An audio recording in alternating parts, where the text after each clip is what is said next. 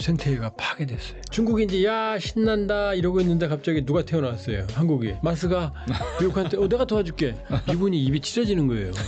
중국이 53%를 장악하지만 중국은 주로 중저가 선박들이에요. 고부가 가치 특수 선박은 한국이 압도적으로 기술이 앞서요. 중국이 짜증나는 거죠.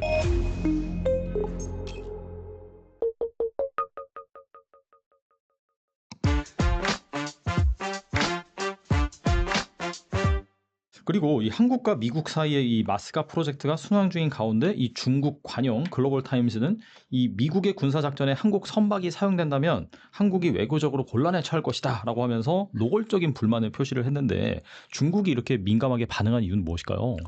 당연하죠. 왜냐하면 지금 미중 경쟁의 시대잖아요. 미중 경쟁은 안 끝나요. 한 놈 쓰러질 때까지 계속 갑니다. 그건 왜 그러냐면 미국이 패권 이 도전을 받고 있거든요. 그리고 이번에 시진핑이 중국 전승절에 연설에서 그랬잖아요. 중화민족주의를 강조했어요. 중화민족주의. 그리고 전쟁이냐 평화냐에 길어서 있다. 미국 얘기하는 거예요. 이기지 못하면 죽는다는 얘기를 하는 거예요. 지금.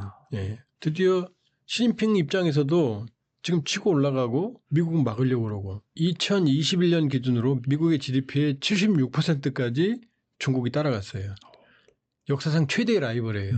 일본이 71%까지 갔다가 꼬라졌거든요. 네. 90년 중반부터 잃어버린 10년, 20년, 30년, 85년 플라자 합의부터 시작해서. 그러니까 미국의 입장에서 중국은요. 거기다 인구가 14억이잖아요. 가장 강력한 적수를 만난 거예요. 인구가 14억이라는 얘기는 일단 내수가 되고 종합적인 국력이 되는 거예요. 그러니까 미국의 입장에서는 중국을 내버려 두면 자기가 쓰러진다라는 위기의식이 강해요. 중국은요. 지금 2021년 76% 같지만 2024년에는 한 60, 한 5%, 4%까지 떨어졌어요. 미국이 때리잖아요. 지금 계속. 물론 이제 강달러 그 평가 기준도 영향도 있지만. 네. 그러면 미국이 중국을 잡으려고 한 건 트럼프가 아니에요. 오바마 때예요. 그때부터 시작이 됐죠. 네, 오바마 2009년에 전에 출범했잖아요. 이때 피보트 아시아 중시 정책을 내걸어요. 왜 아시아를 중시하느냐? 그전엔 유럽이었잖아요. 유럽 보니까 어떻게 돼요? 소련 무너졌어? 전쟁 안 일어나?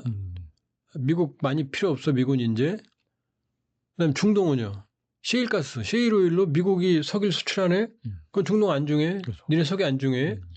자, 유럽의 미군도 남아, 중동에도 남아. 중동에 철수하잖아요. 아프가니스탄 뭐 이런 데서. 보니까 중국이 올라오잖아요. 요놈 잡으러 가야지. 그게 피보트 아시아예요. 그래서 그걸 구현하는 그 리밸런싱이에요. 재균형. 뭐냐?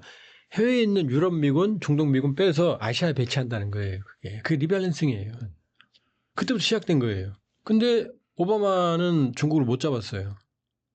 뭐 중국의 저력도 있지만 서브프라임 모기지 사태, 리먼 브라더스 사태 이걸로 전 세계 금융위기가 미국발 맞아요. 네. 금융위기가 오니까 미국 자체가 코피 터진 거고 대공황 이후로 최대 위기가 미국에 발생을 해요. 그러니까 시기를 놓쳐요. 그랬더니 그 다음에 바톤을 이어받은 트럼프는 아시아가 아니라 더 넓혀요. 태평양 플러스 인도 태평양 전략을 딱 인도 퍼시픽 스트래티지. 아시아는 보다 큰 게 태평양이잖아요. 네. 여기다 인도양까지 붙여요. 왜? 인도가 중국하고 충돌하잖아요. 왼수잖아요. 전쟁도 하고 했고.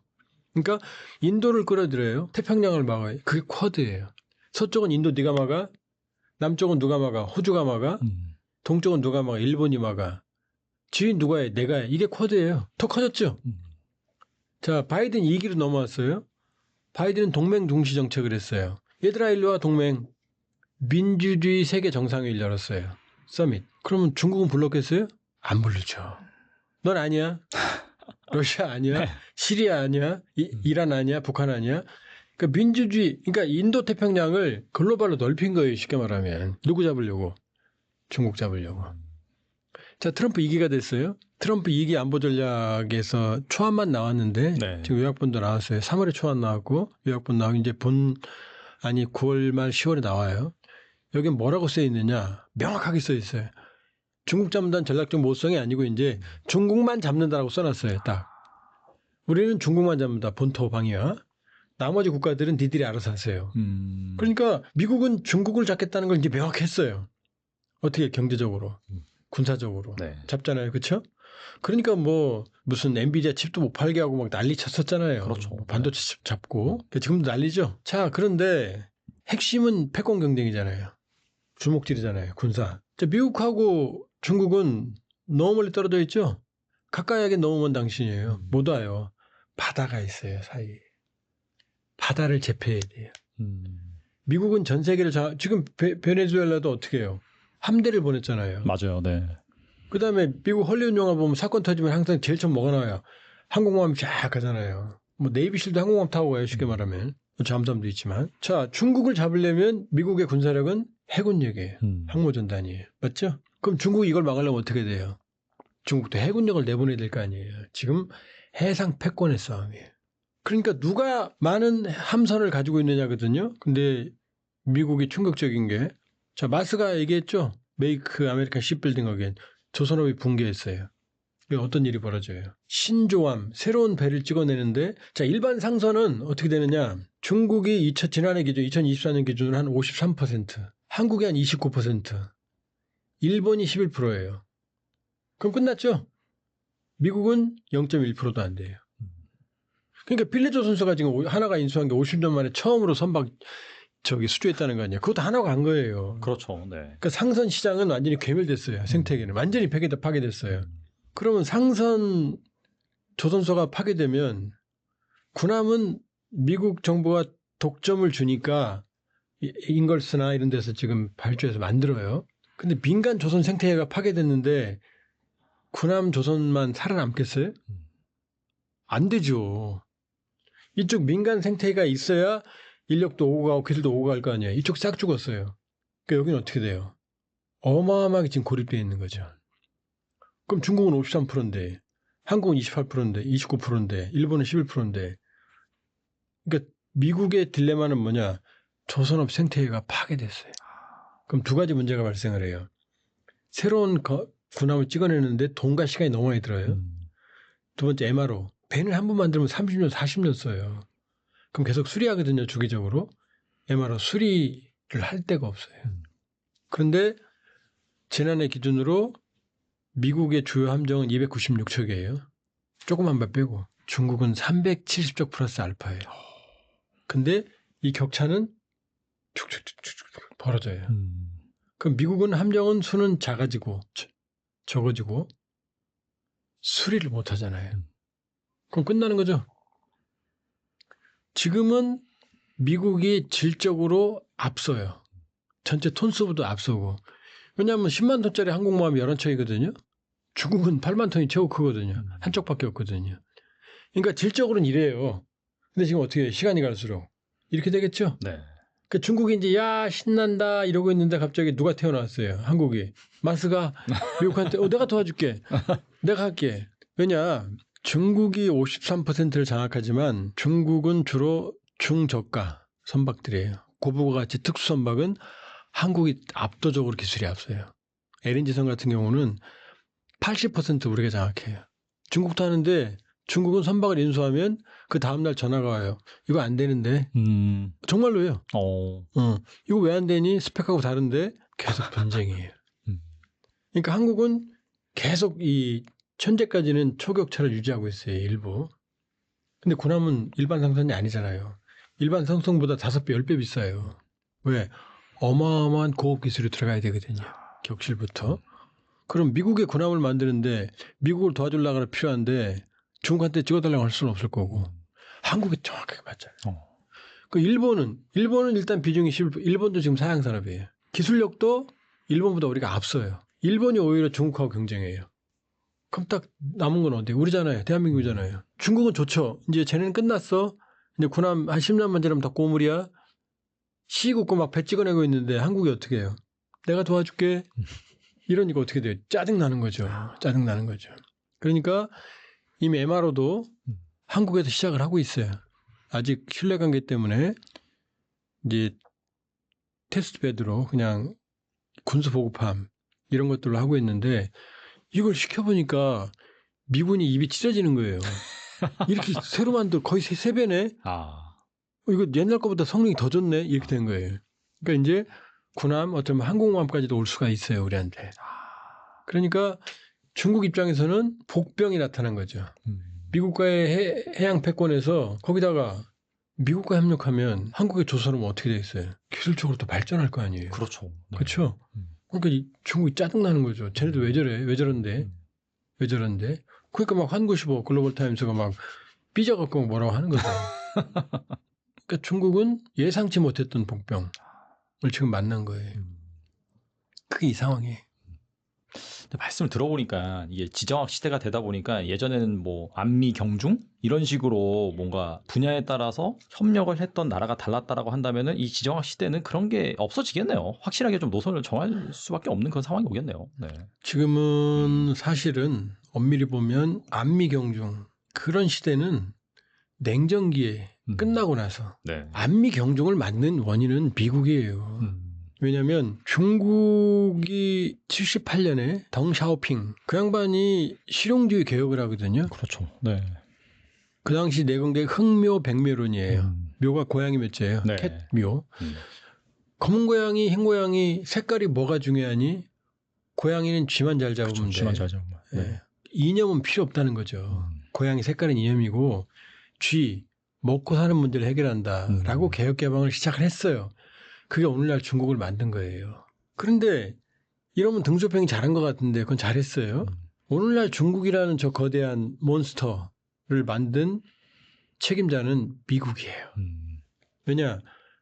중국과 소련은 같은 공산권 내에서 치고받고 싸웠거든요. 60년대에는 우수리강 유역에서 전쟁도 했어요. 땅 때문에. 그러니까 서로 공산권에 패권을 놓고 싸우고 이념 논쟁, 땅 논쟁. 그러니까 왼수였단 말이에요. 그러니까 72년 헨리 키신저 그 당시 뭐 역사상 미국의 가장 위대한 국무장관이라고 그러죠. 핑퐁 외교, 닉슨 방중에서 야 우리가 도와줄게. 나랑 친하게 지내자. 왜? EJ. 너 소련이랑 기분 나쁘지? 내가 도와줄게. 78년에 덩샤오핑이 개방에 성공하는데 전폭적으로 손을 이끌어준 게 미국이에요. 그렇죠. 일로 와. 네. 너 수출 도와줄게. WTO 가입해. 최애국 대회 다 해줄게. 사줄게. 이렇게 어마어마한 중국을 이렇게 키운 거죠. 심지어 유엔 안보리의 상임이사국이요. 미국, 영국, 프랑스, 중국, 러시아였죠. 네. 소련. 중국이 누구냐? 장제스의 대만이었어요. 이걸 내쫓고 중국을 집어넣게 한 게 바로 미국이에요. 지들이 잘못해놓고 이제 우리가 뭐 어쩌라는 얘기예요 지금. 이거 사람들이 몰라요. 사람들이 몰라요. 장제스를 내쫓은 게 미국이에요. 그리고 미국이 중국을 그냥 어마어마하게 경제 대국으로 만들어줬단 말이에요. 미국이 이렇게 생각했죠. 자, 소련을 잡을 수 있어 중국을 키우면. 반은 맞았죠. 중국이 크면서 소련은 멸망했잖아요. 네네. 근데 경제가 발전하면 민주주의 되겠지? 아니랬죠. 아니잖아요. 지금 중국이라는 맞아요. 네. 거대한 도전 세력이 만들어졌잖아요. 그러니까 중국이 거대하게 발전할 때 그 뒤에 미국이 도와줬죠. 그러니까 우리는 어떻게 했어요? 마음 놓고 중국하고 경제관계를 한 거죠. 그러니까 중국이 발전하면서 우리도 같이 발전했어요. 그러나 지금 미국의 국력은 예전 같지 않고 네. 아직도 크지만 상대적인 비중은 줄어요. 중국은 절대 강자가 못 되고 있고 러시아는 러우 전쟁으로 코피 터져 있고 일본도 예전 같지 않고 EU도 지금 흔들리고 있고 그러니까 어떻게 돼요? 전 세계는 냉전기와 같은 가능한 진영이 존재하지 않아요. 엄밀히 보면 진영은 문이에요. 그린란드 동맹 땅 뺏겠다고 그러고 누가요? 트럼프가요. 그다음 우리한테도 그랬잖아요. 캠프 험프리스 퀴즈 나한테 소유권 주면 안 돼? 땅 달라는 얘기잖아요. 유럽도 니들이 방위비 올려. 진영은 있지만 무늬만 진영이다. 느슨한 진영이다. 그러나 그 진영은 버릴 수는 없죠. 한미동맹은 서로 필요하니까. 네네. 그러나 냉전기와는 다르다. 그러니까 느슨한 진영 논리 속에서의 각자 도생의 세계예요. 미국이 지금 동맹을 위해서 우리 배려해줘요 경제적으로? 아니잖아요. 3,500억 달러 사실상 삥 뜯는 거잖아요. 뭐예요 지금 무슨 뭐 투자하는데 뭐 90%를 지들이 먹어가 나중에는? 그 도둑놈인지 그게 무슨 어떻게 이해가 돼요? 배려 안 하잖아요. 일본은 사인했어요 그렇게. 그러니까 지금은 느슨한 진영은 있어요. 그러나 그 안에 각자 도생이고 트럼프도 각자 도생인 거예요. 트럼프가 전형적으로 각자 도생이에요. 나 살 거야 라고. 왜? 예전 같지 않으니까. 그러니까 안미 경쟁의 시대는 끝난 거죠. 진영은 있지만 냉전기와는 달라요. 그리고 그 안에서 각자 살아남아야 되는 살벌한 이 서바이벌 게임이 우리 앞에 놓여 있는 거예요. 근데 우리는 아직도 지금 뭐 친미냐 반미냐 반중이냐 친중이냐 이런 구시대의 미라를 붙잡고 서로 싸우고 있는 거죠. 아니에요 지금. 필요하면 적과의 동침도 하는 거고 필요하면 동맹은 더 사랑하는 거고 그러나 중요한 건 한미동맹은 유해요. 유했고 지금도 하고 앞으로도 해요. 미국은 우리 못 버리잖아요. 마스가 마누가. 주한미군 안 나가잖아요. 캠프본부에서 소유권까지 달라고 할 정도잖아요. 그 현실로 봐야 된다. 그 현실에서 그러나 중요한 건 미중 전략 경쟁은 상수다. 이건 안 끝난다. 네, 네. 안 끝난다. 둘 중에 한 놈 쓰러져야 끝나는 게임이고 앞으로 계속 갈 거다. 그 사이에서 우리 생존 전략을 모색을 해야 되는 거예요. 그러니까 무조건 동맹소만 잡을 수 있는 건 아니고 안미 경중이라고 미국 이복의 기회주의적으로 보여서는 안 되는 거고 우리의 경쟁력을 가지고 우리 국익을 위해서 행동해야 되는 거예요. 명확하게 인식해야 되는 거죠. 난 미국이 좋아 중국이 그게 아니야. 우리 국익이 제일 중요하고 우리 국익이 중요해서 미국 니네가 중요한 거야. 그다음에 중국 보고 니네 우리 국익이 중요하니까 니네 경제하는 거야. 알아서 해. 라고 말해야 되는 거예요.